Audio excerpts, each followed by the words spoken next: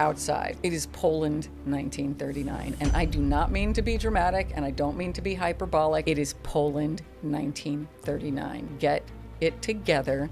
Start getting here now before you have to be forced, right? Because the thing is, if you don't make a decision, life will make it for you, and it is never the decision you would have made. Hello everyone and welcome to another episode of The Western Spirit here from Israel. Today we have with us someone very special, and I'm a little bit excited, so in a minute you'll see why. So today with us we have Diane Neal. Diane is known for being the star of Law & Order SVU and NCIS, which I didn't know. I only knew you from Law & Order.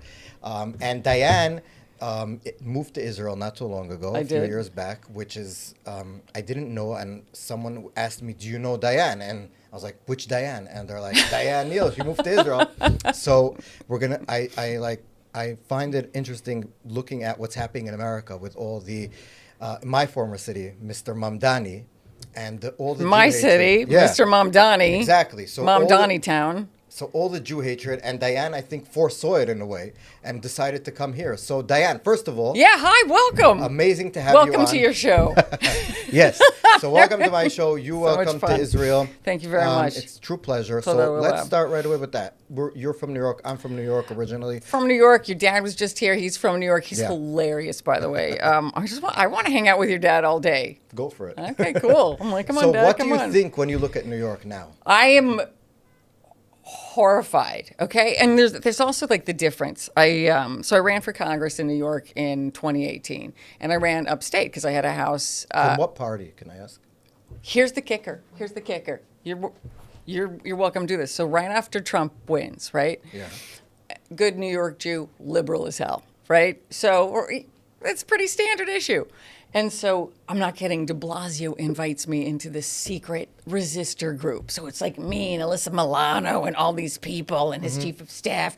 And they're doing like the lamest things in the world. Like, first of all, reading the Comey report, things like that, like out loud on stage at St. John the Divine. I'm like, wow. And then we would have these discussions. So this is only like a month or two in after Trump wins. The population up there was so incredibly split. And there was no discussion of, there was such a disrespect of wisdom versus knowledge. Do you know what I mean? Book smarts and street smarts. And it was incredibly disappointing. And so, and I'd been very heavy into Democratic politics for the longest time in the city. But in that superficial way, right? In that I'm on TV way. Yeah. Now I look at that and I'm like, you guys are idiot people. You're idiot people. But also the Democrats were very different before Trump. The Democrats before Trump were like normal. Like you could talk to them. You think, you know what? I would actually go back to the Tea Party. I would say that Citizens United is the thing that actually is that Supreme Court decision in 2010 is really the thing that shifted to where there was none of that behind the scenes talking, brokering. Right. Like, before Citizens United, you'd have logical people of every persuasion. You did? I know, right? You're too young for that. Yeah. And of different persuasions. Of course, you'd always have the rando extremists, but most people were doing things, if they were doing something, they were doing it for show, right? Like in an empty Congress, empty Senate, and they get to use it in their commercial. But always behind the scenes, you could talk to people. And I think with Citizens United, that ended because I had some experiences with like the Democrats during that in 2018. I was like, I'm sorry, what? But I realized that the Dems, first of all, it was a swing district. So you decided So I see it, I'm watching, the Dems are running like this idiot group of people. I'm like, what is this? Like, who are these people? They're carpetbaggers. One's a rapper, like an oil lobbyist. The one thing everyone agreed on up there, no matter what side you're on. So it was basically 30% Democrat, 30% registered Republican, and 40% independent, right? No party affiliation. Because it's a very independent area. And the one thing everyone agreed on was the environment, right? Like, so nobody wanted fracking. No one wanted this. Because if you were a hunter, you wanted to be outside, you don't want that kind of stuff, right? If you're growing organic beets, you don't want that kind of thing. So, and the incumbent was a Republican who was a lawyer, who was a lobbyist for an oil law firm, who was also another carpetbagger. I mean, it's insane. And so I was like, look, I got time. I'm immune to people offering me money because I never did sex scenes or nudity, right? So people would offer me like, oh, we'll give you like 15, 20 million for this show. And I'd be like, yeah, no, I'm good, thanks. Like because once you make the choice, you never have to make the decision in life, right? It's easy. Yeah. Just like, no. And then I know fame isn't real because I've been famous for like 20 years at this point. I'm like, it's not real. Just because people can pick you out of a lineup doesn't make you any more special. And it shouldn't have any bearing on your self-worth, right? And you see these people in Hollywood and in politics are like, they think fame and stuff is real. So it's addictive, Bob. If you let it, right? Yes, it's very addicting to a lot of people. And and now that I'm poor, like money is really fun. It's a whole other story. And one of the reasons that I'm here in Israel, but it's way more fun to be rich. Yes. Famous, not so much. Rich, super fun. So you decided to run. So I decided to run. I'm like, no one was doing anything for the district because they were talking above the district because it was a swing district. And I'm like, and we were hemorrhaging people, right? So a normal congressional district has like, 850,000 people. We were down to like 600,000 people because there were in a place that big, no opportunities for, and so many things that could be done. I mean, it blew me away. And so everybody, mostly the Dems, but everyone on both sides were like, you know what? Republicans, you should be putting country before party. Do you remember this? Country before party. And I said, you know what? Put your money where your mouth is. Country before party. And I dropped the D. So I dropped the D and I ran Independent? I ran as no party affiliation. And did they attack you because of that? You have no idea. That you were like leaving the family. Oh, I got sued by both sides in the most epic sort of way. Death threats, you name it. I got on the left, I got sued by Mark Aliyah and the DCCC. Yes, very famous guy. Yeah, likes right. suing people. Yeah, and the entire DCCC. And on the right, I got sued by Bob Harding, right, who'd been under Giuliani, and who's the head of the New York State Bar, like this gang, right, on the right. And so it was like the ultimate squeeze to keep me off the ballot. And I'm basically self-funding because also too, there's so many pros and cons about other people funding it and you funding it yourself. The one thing is you're not beholden to anyone, right? So that was one choice that I made. And it's a lot of money. It's really stupid in retrospect. Did you do debates with them? Yeah, great time. Yeah. But it was incredible. And one of the things that I did is I read everything from Plato's Republic, right, on back to like Adam Smith and Rousseau and everyone else twice. Because this is the grand experiment, right? This is the beautiful thing, and I'm a huge fan, and one of my degrees is in classical archaeology and classic studies, and so I love people like Solon the Elder, right, who created Athens Great, the original Constitution, all the things that our founding fathers kind of worked off of. And so you can't decide how to do something unless you want to know what the original intent is. That was my idea. Stupid, apparently. But well, for modern politics, that's not a smart idea. Well, and the difference is, too, is like there's the difference between governance and there's the difference between politics, right? And they used to be something that you do the same, and like Washington and everyone else said, the original Washington, you go, it's not supposed to be fun. You do a couple years as service, and then you leave. Right. Right? And, you bring Term that experience. Limits, they're never going to. But it's weird to like ask people who are already there to give up the power. They'll never They do won't do it exactly. because they're so into it. They're addicted and they're to making power. a fortune. Yeah. And it's people ask me now, they're like, would you ever be part of it? I'm like, no. And it was wild, the immediate hatred and conspiracy theories. So just to give you an example, so I was having an event at the Harvard Club in the city, and I didn't know anything. You can't even buy software as an independent. Like you can't do anything as an independent. You can't get anyone to help you. You can't get any consulting companies. Like nobody will help you. And the corruption was so epic. I'm not going to say who. I would love to name who these people were. People came, the biggest bribe I got was $15 million. For what? To drop out? To drop out. And I'm like, I'm flattered that you think I'm that much of a threat. They're like, take 10 million, make a super PAC, 5 million for yourself. I'm like, that's wicked corrupt. And also one of those things that if I knew then what I know now. I would do it. I know. If I knew then what I know, I'd take it. Because what are they going to say, right? What are they going to say? Oh, she took our bribe money and didn't do what she said, exactly. right? Yeah, but didn't think like that.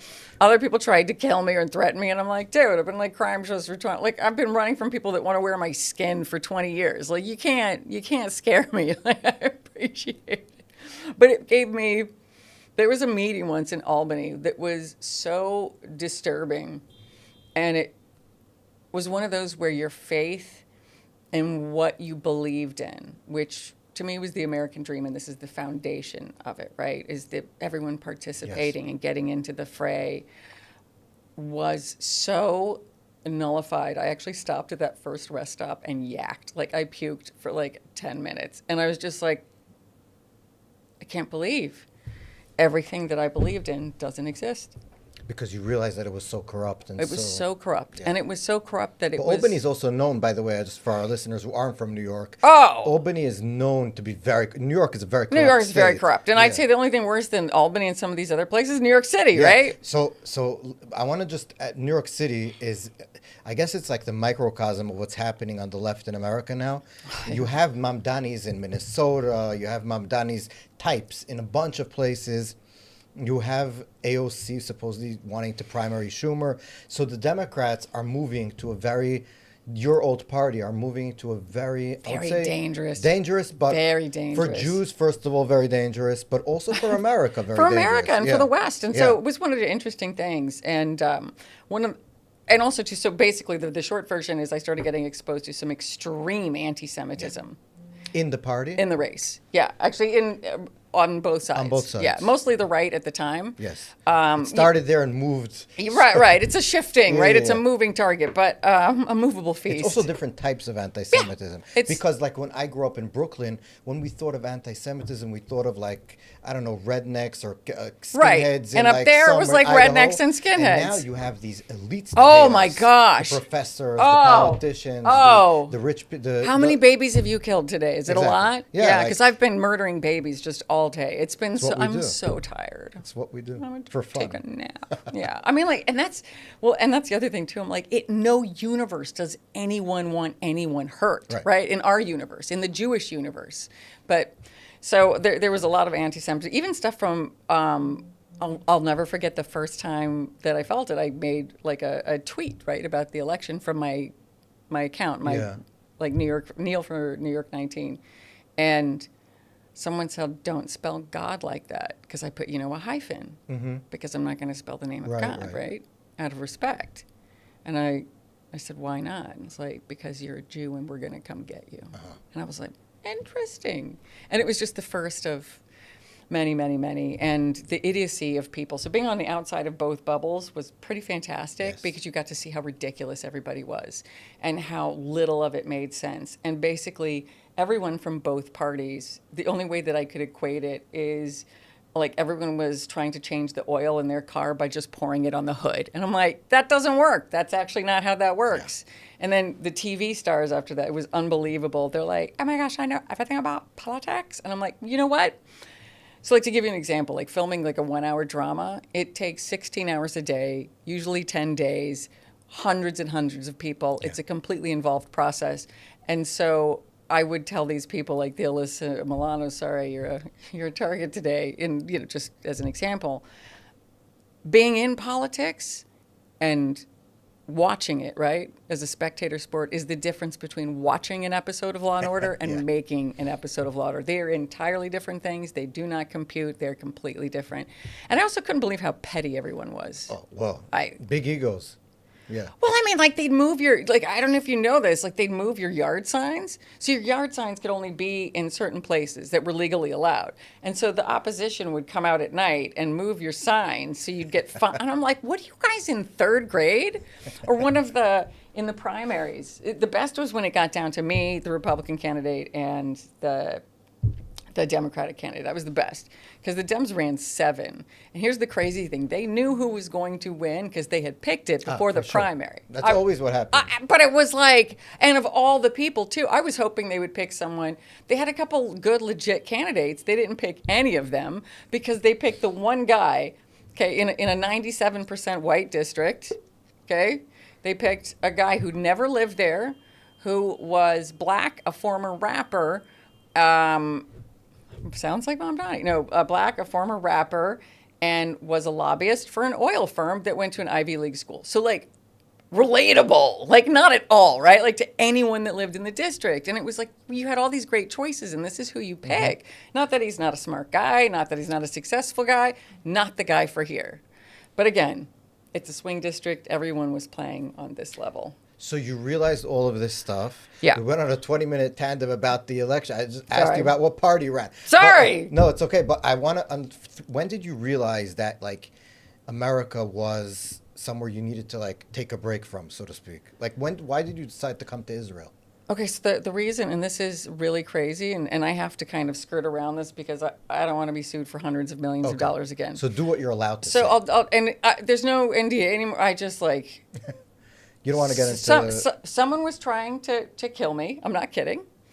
And it happens. And by the way, this is one of my... A stalker, you mean? Yeah, among other things, yes. Okay. And so one of my favorite things about Israel is when I arrived here with nothing but a carry-on and my Aliyah process had started, but it wasn't finished. And I show up at Nefesh B'Nefesh and I'm talking to Rabbi Foss and Yael Katzman, right? And I'm like, I gotta do. And they're like, so let me get this right. You're running for your life. Someone's been trying to murder you. You show up with nothing because the police didn't do anything because you're a Jew. And they're like, yeah, welcome. You know, I mean, like everywhere else, people would be like, oh, why isn't this person in jail? And it took me, I'm like, because I had that original white girl thing where I'm like, of course, I'll be back in my house, you know, and and they stole everything you had. That was the other part. I'm like, yes. And then I realized, hold on a second, Patton Oswalt, the comedian, his drug-addicted podcaster wife is the one that caught the Golden State Killer 40 years after he stopped murdering people. Okay, so like the police don't do anything. So when I went and reported all these crimes, which was with my lawyers in this giant, when I figured things out, what were going on in a giant room upstate, like a conference room with the sheriffs and the police and the DA investigators and everything, the person that was put in charge. And I had like the head of the NYPD SVU helping me, retired, like everyone trying to help me to get this. And in the nicest possible way, I'm the perfect victim, right? Like I collected race cars. I don't even one speeding ticket. And I'm driving Manhattan like every day, not one speeding ticket. Don't do drugs, don't drink, you know, like all that stuff, don't have any kind of felonies. So white, you know, fame, like have money. And it's horrible but that's like the perfect witness in America, right? Yeah. And almost 7 years, every dime I had later, everything I owned later, living in hiding for like 5 of those years, and almost being killed multiple times. Which, by the way, like I've had a very fascinating life and survived all kinds of wild stuff. Like there's nothing like a hitman. Like that'll mess your head up for quite a while. Am I allowed to ask how, like, what? Okay. But so and then being sued, and the problem with the states too is the difference between civil courts and criminal courts, right? So if you've got someone arrested criminally, this court doesn't know about that. So you can be sued for hundreds of millions by that same person in this court, right? And you also can't not answer, right? Or you get in default. Civil. Yeah. So it's just like it was a hellscape, and it took everything I had left. And so one day. When you realize they're in your and there's no safe place to go, because also too, you can't be with any of your friends, you can't be with your family because everyone's in jeopardy. Yeah. And almost every dime I had was gone, and I faked my own death for like 24 hours, and all my assets were, I mean, it was insane. I can't even explain. I threw my phone into the East River. I bought like a Metro card off like a hobo, and I went like, because he had people following me, went to like which sounds insane. Like if it weren't happening to me, I'd be like, oh, she's crazy. And when did you realize? Because I heard you say that you felt or you knew that the reason why it wasn't being was because you're Jewish. So the main investigator. I've never had revenge fantasies about anyone in my life. I have had limitless revenge fantasies about this guy. The main 70-something-year-old waspy guy, DA investigator, who was put in charge of my case, who did nothing. So after a year, I had to flee again.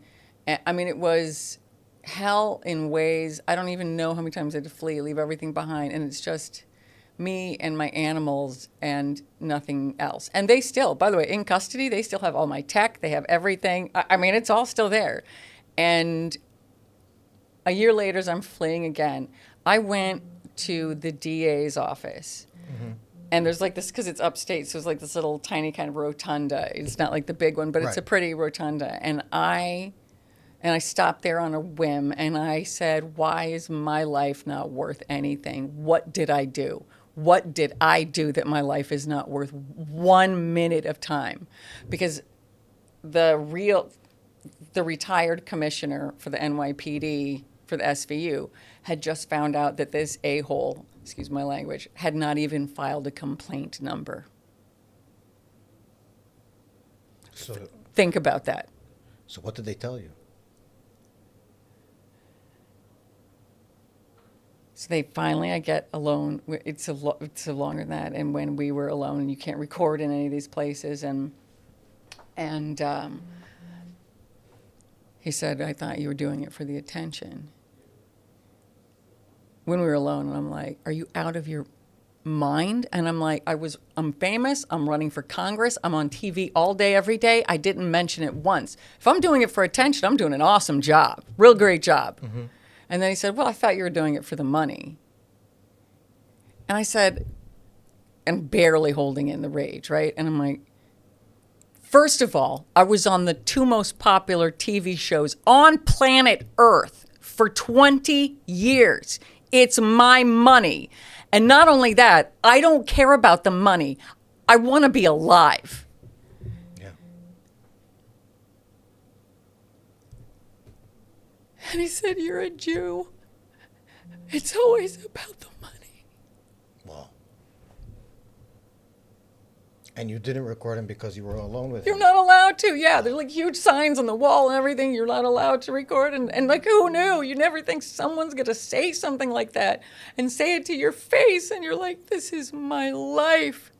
This is everything I've ever worked for. This is everything I care about. I mean, my pets, everything.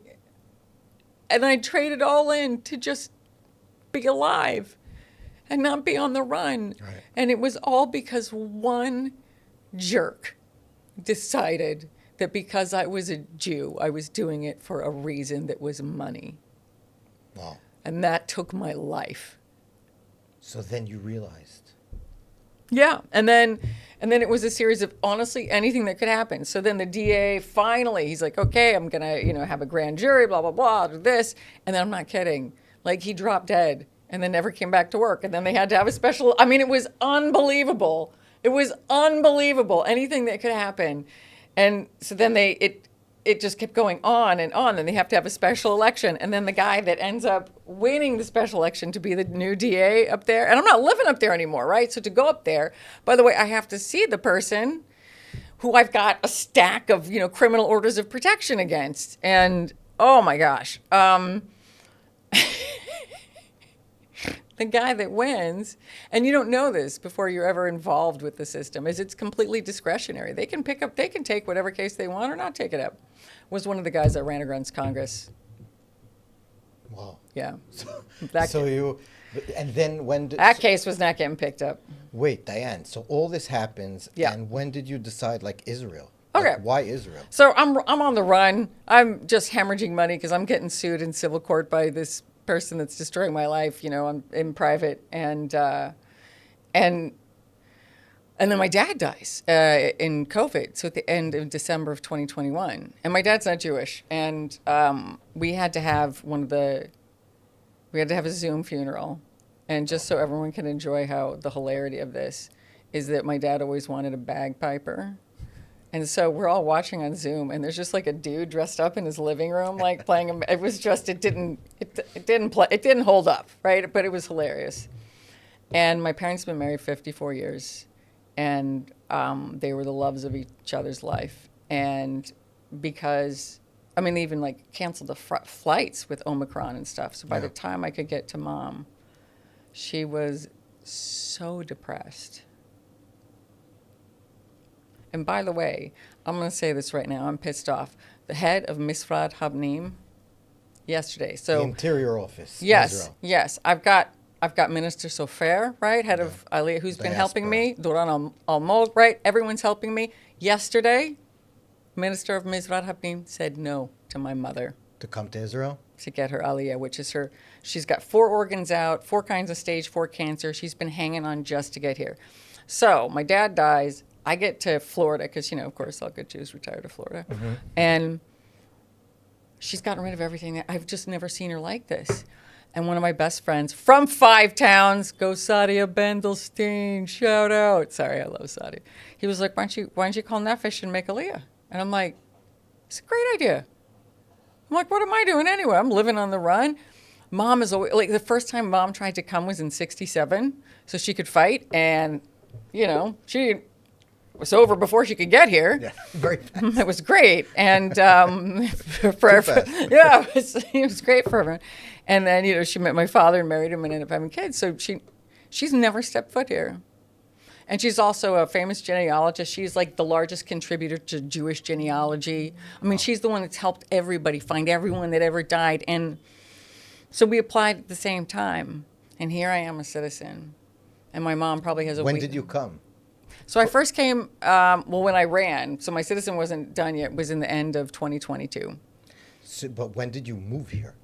So the end of 2022? 22. But I And didn't have then- my citizenship. So then, in October 7th, were you here on October 7th? So I'd finally, so October 22, I finished the Aliyah process here, right, from in country. A year before. Yeah. And then you're going to die. Last week of September, I'm like, okay. And by the way, I've been living out of a carry-on this whole time. Wow. Yeah. And living off the charity of, this is what I love about Israel too. The charity of strangers, the love of Yes. strangers, just helping. And It's even too like, much sometimes. They get into your life. they get into your life, but You're also sitting they, at a coffee shop, they just start talking to right, you. but they get into your life. Yeah. I mean, and I got into myself into crazy. So like, all the Ukrainian and Russian immigrants and stuff like that. They're, this congregation that I was hanging out with, they're like, can you drive around for Hanukkah? Can you drive around the... Literally, they rented this 22-foot bus, like with no mirrors or backup and I'm driving this thing around Tel Aviv and Nazareth and stuff. Like, it was the most stressful, by the way, for like days, by the way. With a Kenyan kid from Kenya trying to navigate, it was insane. He's like, I don't know how to use the phone. I'm like, oh Lord, we're gonna die. But it was amazing. So I go home at the end of September 2023 back to Florida, pack Florida. up my stuff because I'd left New York to be with Mom, and then had to escape right after I got there. And so most of my stuff was in storage already there. And it was just what I had left. Almost everything I had left was gone. Like, my houses, my everything, everything I had is gone. And recently I made everything, and it's really interesting because people are like, oh, you can't really be poor. And I'm like, yeah, no, I live off the food storage my friends have given me. I don't turn on the electricity. Here in Israel? Yeah. And because they don't really believe it. And I'm like, I gave up everything I had left to stop being sued. Literally everything. No car, nothing, no savings, no anything. Everything I have gone to be left the hell alone. And thankfully, like my awesome Jewish lawyers, they just wrote off the last like couple $100,000 that I owed them. But someone keeps dozens of times, and you can't work, and you can't lift your head up, and you can't even tweet, and you can't do this without someone coming after you. So where were you on October 7th? I went home to get my stuff. You were stuck And there. my ticket back was October 11th. So I was there when October 7th happened. So when did you manage to come back? So October 7th, and then, they kept moving when they were going to come back. And by the way, I can't even imagine what it was like here. Yes. Watching it on... My father was here. He was he? visiting. We got stuck here. I mean, just like watching it unfold. And now Yeah. that I know so much more about the way press operates regarding Israel in the States, Yeah. it was... So I ended up watching a lot of like the Hamas live stream. Yeah. And then my flight kept getting delayed. And then my mom got cancer on a week later, or like a month after October 7th. And I said, okay, I'm going to stay here and take care of it. So I stayed for a year and a half. And then in March of this year, back. She said, this is my mom, this is a Jewish mom for you. She's like, I'm like Jesse. They can take my David. I'll be fine. Take my David. Like, I was like, Mom. She sent you. She sent me. Like, I was somehow going to, be able to help Israel that much. But I was like, if you want me to come, Mom, I'll come. And since then, you've been here going back and forth. No. So you live here? I'm just here because I can't afford to go back and forth.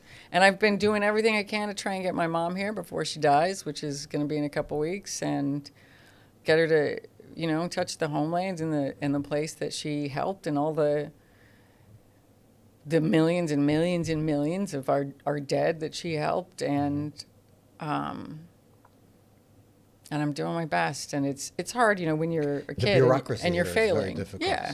I mean, it even took me 6 months to get my residency back. Like, I just got my health insurance back. I was like, are you kidding, guys? And you know how it is. Funny, because you go in, you say when you're going to be gone long, right? So, obviously, on October 8th, like, I went in and I said, hey, I'm going to be gone because all my flights have been canceled. They're like, you never sent that. I'm like, I'm pretty sure I did. Maybe you had some other stuff going on. Yeah. But nah.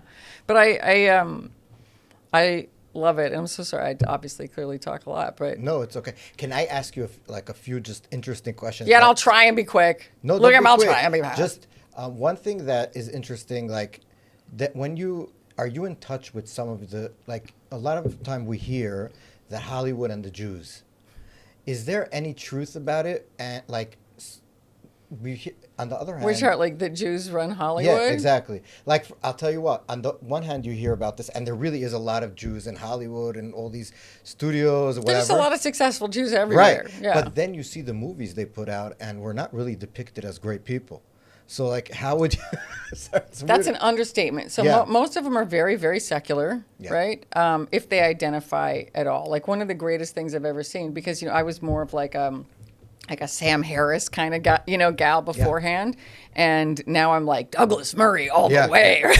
It's so funny how you change, and now I watch, like, I'm like, what was everybody bitching about, like Jordan Peterson? I'm like, why was everyone freaking out about this guy?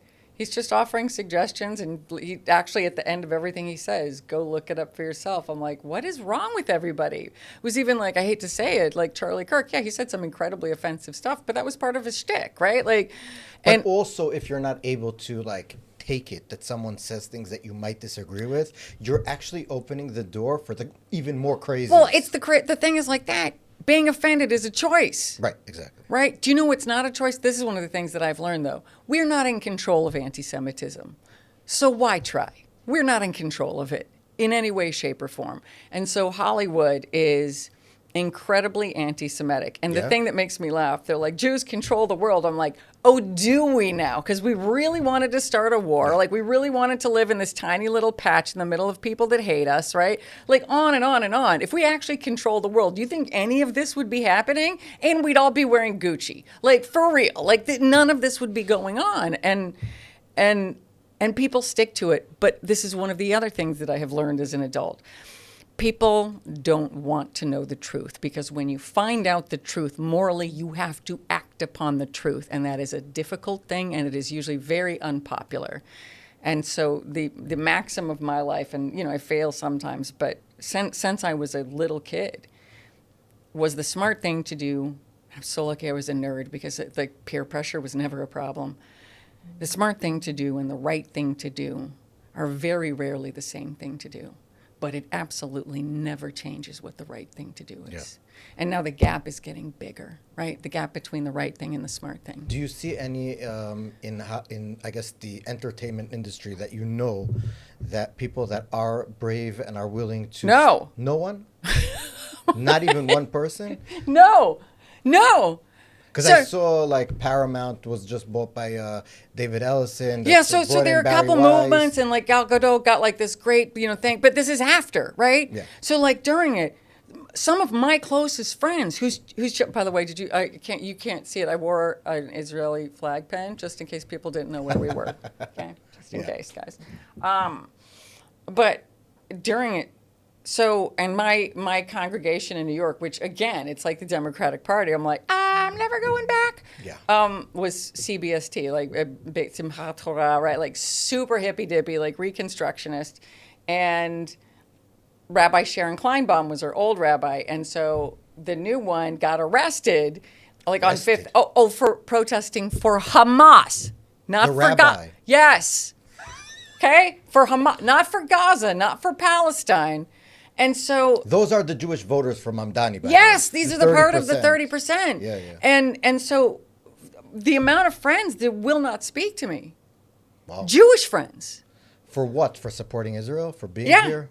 So it was a really fascinating thing when I've watched like these moments in my life. By the way, you'll see my eye twitch. It's really funny. So since I finally got my doctor, like, you know, I have to go get my big blood test. They're like, stop taking all your vitamins. And so like I'm covered in bruises and my eyes twitching. I'm like, oh, apparently the vitamins were working for something. Mm-hmm. But so the big things, when I dropped the D, that was massive. Like you lose like 1 million followers, right? Like it's crazy.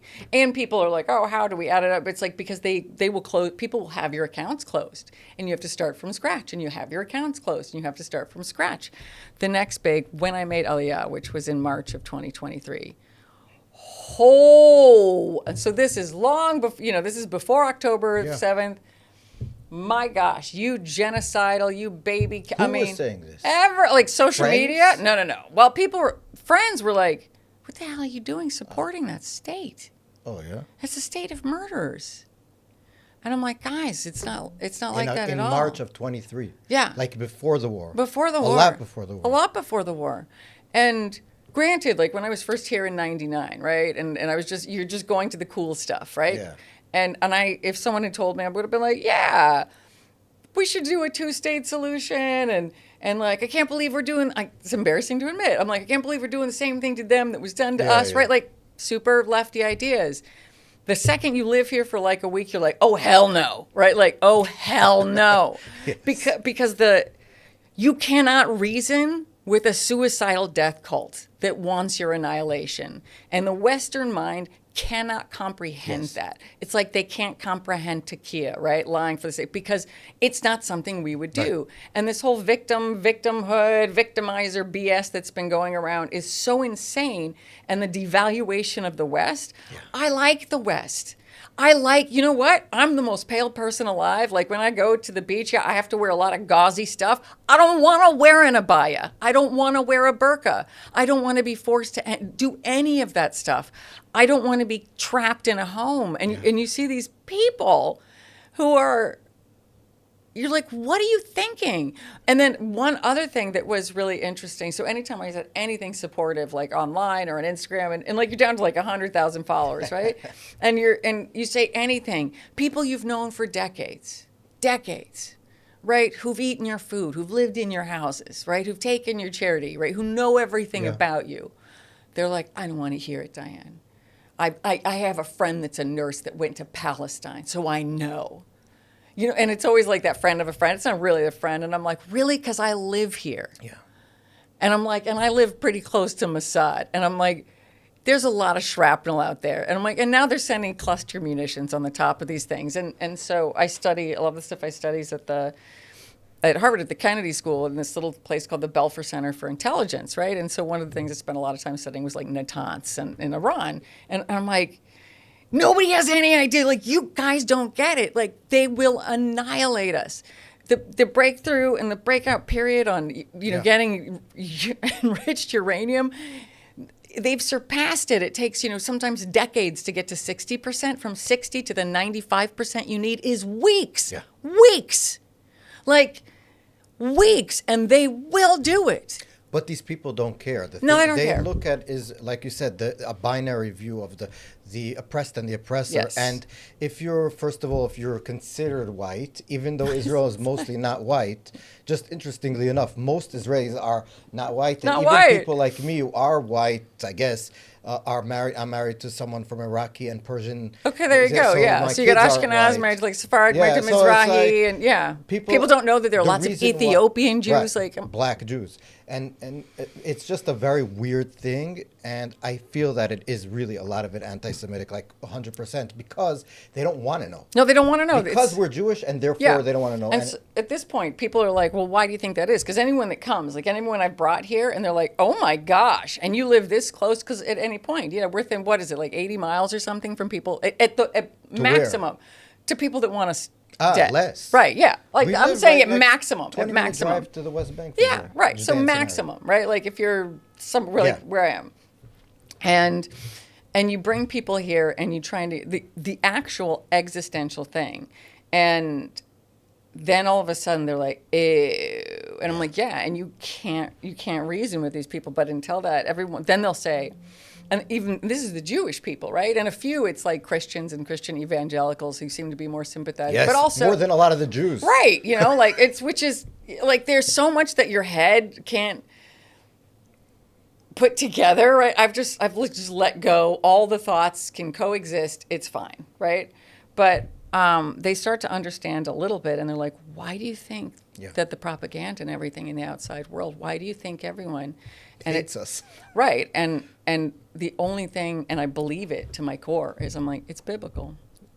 That people just don't like us because it's just it's not biblical because like, oh, we're the people that killed Jesus because we're not, the Romans did, right? But aside from that, it's biblical in scope. And one of the, and I don't want to say anything good came out of October 7th because that negates the pain. No, I think something good in the sense that a lot of Jews, especially in the West, and even Israelis, that were like, they didn't really understand why it was important to fight for us. Right. Why it was important that we are here. And even. I understand it completely now, and I understand, like, I say my prayers every day, right? Like I daven every day. I do everything. I say everything you can every day. I believe in the coming of Moshiach. I believe. God willing. Oh my gosh, right? I'm like, can you get on that? Yeah, I'm like, you're my only job option. I'm like, Moshiach. So come, and I truly believe all that to my core. And then when you saw, and it was even before the day of the ceasefire, and it was so palpable. And what I would try and explain to people, like things I didn't understand before were like the pilgrims and the people that went west. Yeah. Because I'm like, that's horrible, right? Pushing stuff through poop, and dirt. And I'm like, why would anyone do this? And the sense of unity. And I realized that here in Israel, the difference is everyone around us, and even now, everyone in the States and all this kind of stuff, everyone's anti this, anti that. I hate this, I hate that, I hate that. Yeah, I don't like this. I don't like those people. I hate that. I'm anti this. Here, everyone is pro wanting to be alive. Yes. Just leave us alone. Right. Pro wanting to be alive. It is that simple. But can I just say something that's interesting? I just spoke about it with my father who's visiting, and we were watching a lot of these protests in Israel. And every day there's protests here about everything. And I know, you get the Waze alerts, right? They're like, don't go in this neighborhood, don't go in this neighborhood. Here, this highway is being blocked by protesters. And it's so interesting because I'm Israeli for the past 20 plus years, so I'm used to it. But then I thought, like, there's literally people that have been trying to kill us, and I have friends that died in the war, from reservists who I used to be before I lost my eyesight in Golani, and I have friends who lost limbs, and in October 7th we have 2 friends who died in the Nova Festival, and at the same time, this has happened about 2 years ago, and there's still people in Gaza now, and they're in danger and all this, and at the same time, Israelis are not only fighting just to stay alive, they're fighting to make the country better. Like, they're protesting because they believe this and this and this. Right. So it's like it's not only just to live; it's to make the life that you have better, right? And there's something really, even though I don't maybe agree with a lot of the protesters, but there's something to admire about it. Right. Well, there is a lot to admire. It's the vivacity, right? But then I always think, so this is one of the great things about coming back to Torah and Tanakh after like a very long time, right? So when you're reading, you get these fresh eyes, right? So you haven't been listening to like the Parshat, everything that for weeks. And there was something when Moshe Rabbeinu, right? He kills the dude, buries him in the sand. And that's not what gets him in trouble. Do you know what gets him in trouble? When the next day, the Hebrew goes, I'm going to tell on you. Well, I'm going to tell on you. And to me, that was the ultimate when we're united and not doing internecine warfare and fighting against each other, that's when we succeed. And so I love I love that people care. I love that. But you guys, that is also one of the reasons that was a great time for them to come get us. I agree. I think, and I think maybe this is just to end off our conversation. Maybe you can just tell us. So you've been living in Israel as a new person. I was like, I could just talk forever. I no, apologize. no, it's I a good apologize. segue because you've been living. You're new here, yeah, but not 100% new because you're already. You know what basically about what's happening, getting amongst it. Yeah. So you see a little bit from inside and from outside. Yeah. And you see Israeli society. You were here before October 7th, so you remember the giant protests. Yeah, no, you remember, it's like I lived in. Yeah, I lived there, and I was like, I'm never gonna live there again. But yeah, because couldn't get anywhere. Crazy. Yeah, it was a great thing I was poor because I was like, I didn't have a car, I couldn't even drive. So and for those who maybe don't remember, the protesters were also saying to reservists, don't go to the army. Right, all the pilots were signing the thing. Which obviously, just logically, if your enemy is looking at this gives him motivation. Let's just put it that way. Yeah. And now we're back to all the protests again. But how do you see Israeli society? How do you see Israelis? On the one hand, October 7th happens, everyone put down the protests, rushed to the scene. Everyone. Right, no, which is the most amazing thing ever, right? It's amazing. In the same tank, you had leftists and rightists. And remember beforehand, everyone's like, oh, this young generation, all they do is like to party and drink. And man, did they step up, right? And then they're back to protesting and hating each other. So what do you think about it? What I would suggest to people, and it's really interesting because, they made me like the ambassador for Aliyah, right? Which is, again, you get my mom here, I swear. We'll talk about it after. We'll talk about it after because it's just that one dude. So I'm like, what you don't understand, and I feel very fortunate that I got a glimpse, and then we've been living here and spending time meeting. I moved into my building on June 1st, right, out of my friend's house, so I got a miklat, right, the big room. The safe room. The safe room was the day we started, Iran started bombing, right, and I feel really fortunate that I've gotten to live, like I was downtown on 9/11, all this stuff, where I'm like, this doesn't even make me blink. And I would do anything for this country, and I would die for this country, and I would die for this country the way it is. But you guys don't understand. Out there, you have forgotten, and right now there are a lot of people forgetting because of the ceasefire and things like that. In Israel? Outside. It is Poland 1939, and I do not mean to be dramatic, and I don't mean to be hyperbolic. It is Poland 1939. Get it together. Start getting here now before you have to be forced, right? Because the thing is, if you don't make a decision, life will make it for you, and it is never the decision you would have made. And so I would say to all of us here, I actually met, what's his name, Simcha, who's part of Sofer's party. Rothman. Thank you. Who's the one that came up with it. Yeah, judicial reform. Right. And so I was laughing. I'm like, you're the most expensive man in Israel. You're the one. And he was actually, a lovely guy. And we were having a talk about stuff. And again, that's the one thing I love about Israel. This is a whole group of people who were from and we're all yelling at each other, right? All the time. The volume was loud. But people were also listening to each other, which was interesting. And they asked the same thing. What would you say? And I'd say, you know what? It's not like keep it behind doors, but keep it in perspective. Yeah. Because it opens the door. It opens the door for the enemy to come in. And what we need right now is to get everyone here together and on the same page and feeling the way that we did when we all came together. I mean, have you ever felt anything in the world like it was the day of the ceasefire? Have you ever? Of the ceasefire, or I think the hostages coming home. The day the hostages came home. And also, I remember, I cannot forget, and I think a lot of people forgot the day of October 7th, which was a day that maybe the week of. The day was Simchat Torah, and my wife refused to allow us to put on the TV because we're Shomer Shabbat. Right. But my neighbors who were religious were putting it on because it was my neighbors.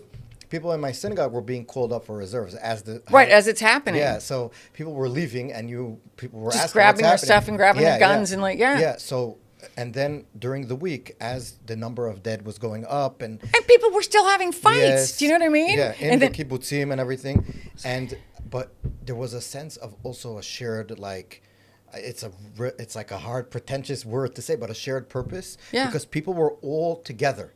Like suddenly the protest movement Oh, organizations were like, that's it, we're going down south. The right wing people were like, we're together and it was like, I think it's sad that such an event had to bring us together. That's what brought us together. But I think people should always keep in mind what you felt that day, because people, even if you don't like other people here, our enemies would like to do it again. Right. And so that's what was allowed us to overcome. Right. The feeling that the politics, the internal politics of the day-to-day needs to be put aside, and we're all together in this. Right, and we're all together in this. And what people don't realize, because, and people that learn the history, and again, I wanted to talk some other time about the Muslim diaspora, right? And that's a very broad. I was going to bring it up, but we spoke so long. Yeah, but what people kind of forget is that, I mean, what was the name? It was like Al-Aqsa, like Operation Free Al-Aqsa That was Mosque, the name right? of October 7th. Right, it wasn't Operation Get Our Own State. No. Right.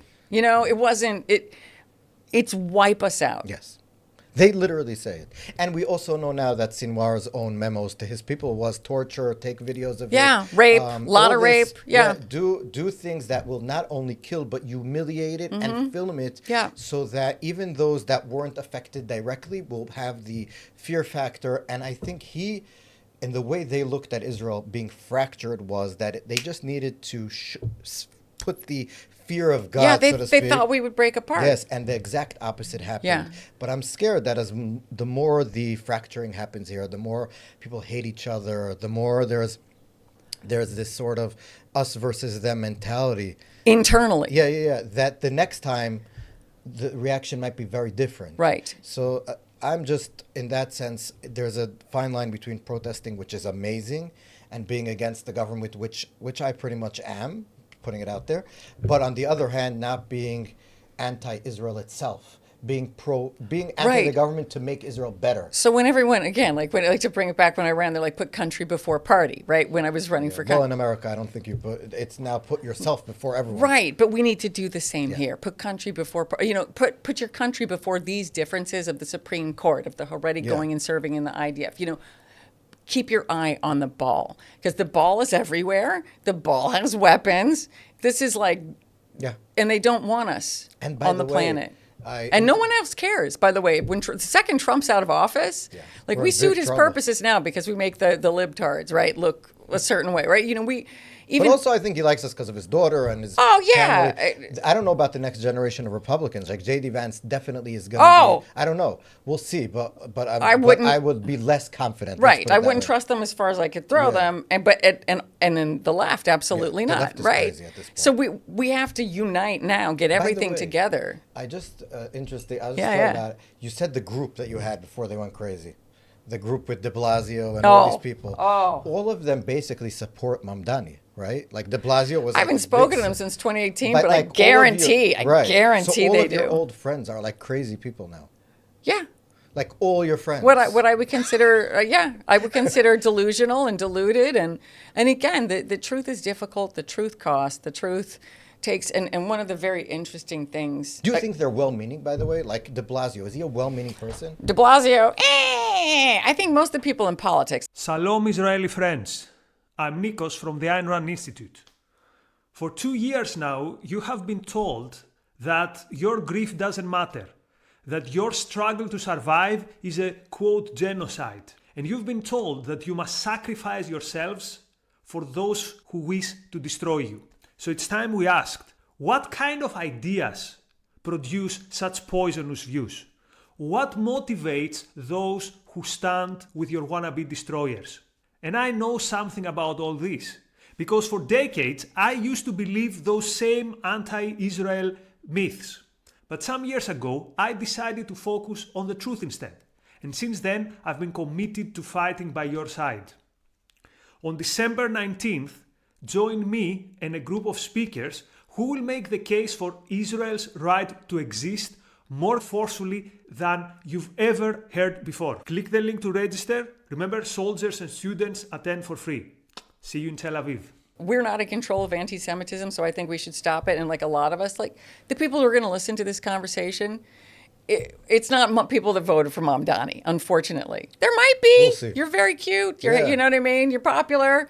But it's and if we could change their minds, but again, one of probably the greatest, my two greatest disappointments in adulthood.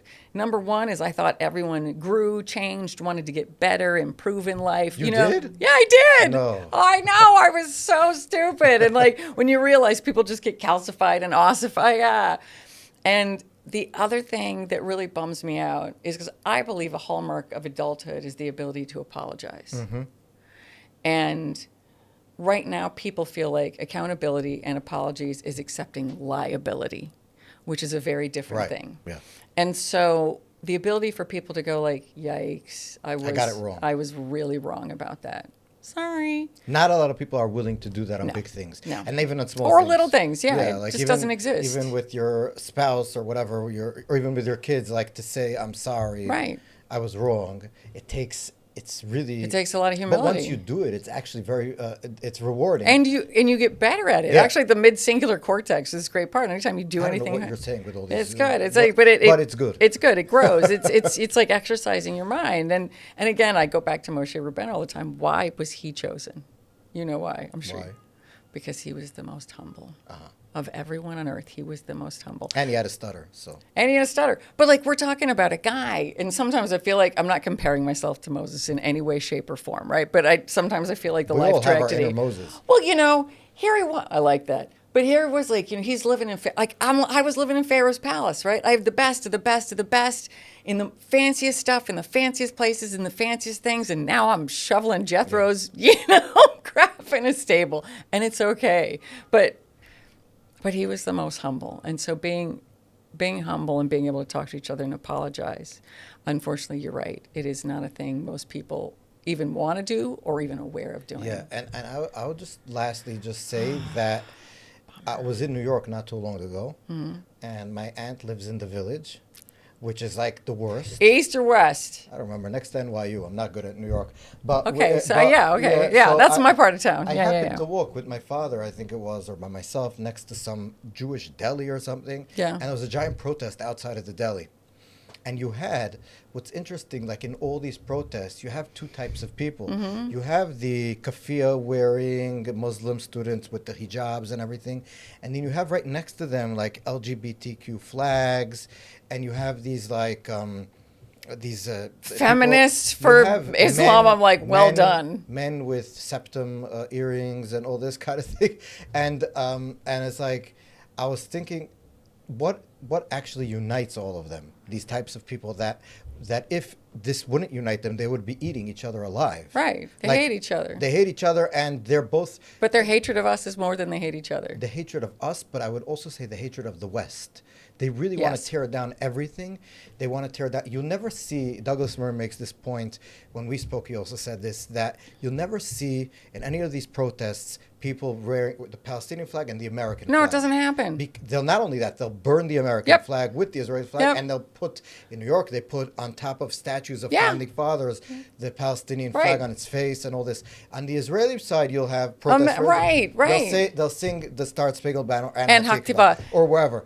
Because in general, in broad terms, there's obviously all the time. But broadly, we support freedom. We support rights for people. Well, what's amazing to me is when did any of this stuff become bad? Right? Like when did the Western values and look, there are a lot of things when they went to university. Oh yeah. Yes, I think that's you see, they're all college kids, pretty much, or the hippies of the '60s that teach the college kids. That teach the college kids now, 60s. like Mom Donnie's parents and stuff. Exactly. But I mean, like that's what people don't understand, and I always think this about. I'm like, you need a passport. You need to travel a little more. Let me send you somewhere gross, and then you tell me what you think about the West. They can then just go to Mexico somewhere. Right. And some stuff like I don't mind. Like it always cracks me up when people on the far right are like, oh no, trans people using the same toilet. I'm like, look, we've only been pooping inside for like 100 years. Mm-hmm. If you're using a toilet, I don't care. Good for you. You know what I mean? And other little things I don't mind.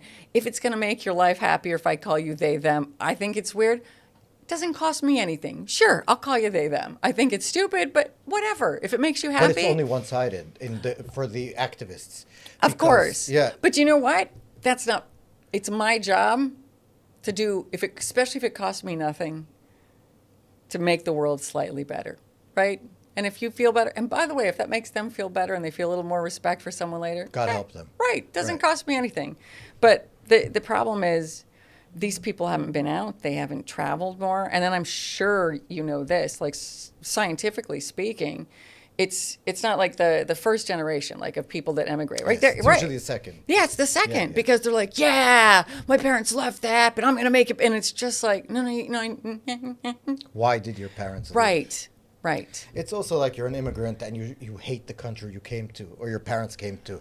So And go you back. also sometimes feel like an outsider, which I understand, right? Like you might feel like, oh, like the Albanian stuff in France. Yeah, I get it. Or But you would think you'd be Algerians, you know what I more appreciated. Like Mamdani, for example, he's the poster child because in it himself, he embodies both camps. He'll be on the one hand in an LGB, in a gay bar the night before the election, and the day, like a week before, he meets the Ugandan. No, but that's what I minister. mean. So I used to help run this organization called RFK, Human Rights, right? So with Carrie Kennedy and Ethel Kennedy, God rest her soul, right? May always be a blessing. She used to force me to take mass all the time. I can't even explain. I was like, I can't do it. Anyway,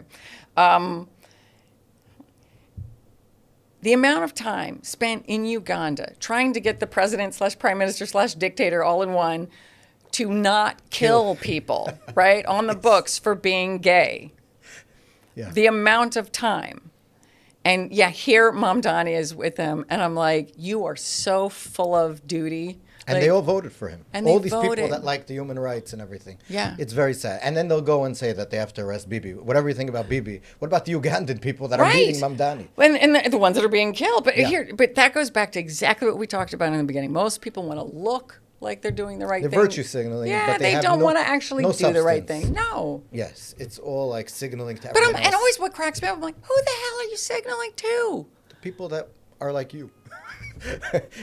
We're all just like hanging out together? Yes, online and everything. It's like, Who cares? Like, when did everyone needs everyone else's approval? Like, what a nightmare. Can you imagine if you needed other people's approval? that's why I think that a lot of it is like this in the West in the past 10 years, in the US especially, the loss of community. Yeah. Outside of the online world. So like, for example, if you felt lonely, you go once a week to church, you'll Yeah. meet friends that think like you, that are like you. Yeah. You have a sort of sense And you do of belonging. service activities You have a together. sense of and belonging. yeah. Now your belonging is especially if you're single in a later age, you have nothing. No. You have no one to like be with. You don't have the church. And you have these hyper niche groups. It's Yeah. like that kid that assassinated the furry, Charlie Kirk. furry like, trans. Furry trans anime porn, Yeah. and you're like, how do you even find that? Like, I don't want to know. But Yeah. it is. There's like an overwhelming Yeah.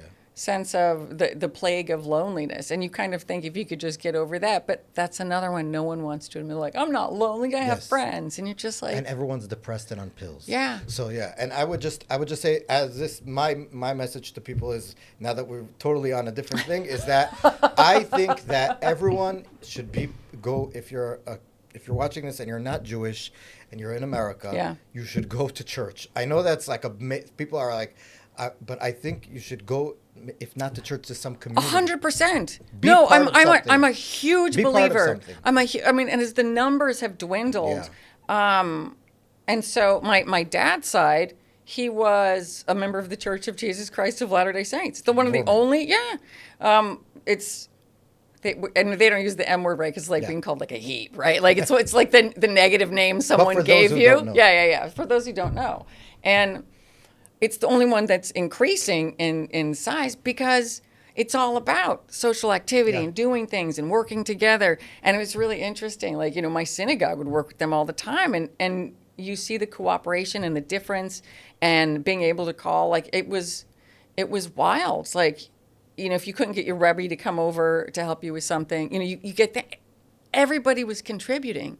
And the sense of community was like the sense of community I felt. It's like a vaccine to what's happening now. Yes. And Because you have something out of the computer. Yeah. You have people to talk to. You have Yeah. you touch grass, yeah, so to speak. of the touching grass. Again, Yeah. Shapiro, one of those guys I never in a million years would have like listened. I would have been like, oh, and now I'm like, go touch some grass. Yeah. Go get your passport, touch grass somewhere else where there's not going to be a lot of grass. You Exactly. appreciate the West. Yeah. I love Douglas Murray. I'm like, this is going to sound hilarious. You would hate yourself 10 years ago if you looked at yourself now.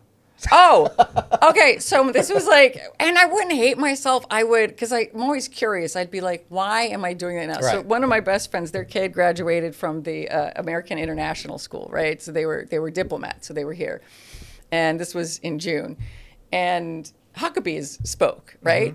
And man, I was on my feet, clapping and cheering for Mike Huckabee, and I'm like, never in a million years did I think I'd be Right. doing this, but this is, again, it's the right thing to do. And yeah. it's Diane great. Neal, truly pleasure to talk to you. It's such a It's a lot pleasure. of fun. Hope maybe we'll do it again. It was so much fun. We could. They're going to throw us out soon. So. I know. I apologize for that. I apologize No, for it's that. my fault. I Also, kept on too, asking. I know Douglas isn't like, he doesn't play for my team, but can you please hook us up on a date? You can go on a coffee date without hooking up. But anyway, I appreciate, Thanks really for do. It having was a lot of fun. And guys, obviously, comment. The good ones I'll pass on to Diane if she wants to respond. No, I'd love to hear anything anyone has to say, because right, the information is Yeah. power. Yeah, So thank you for being with us, and we'll talk on our next episode. can't wait. Bye-bye. Thanks for having me.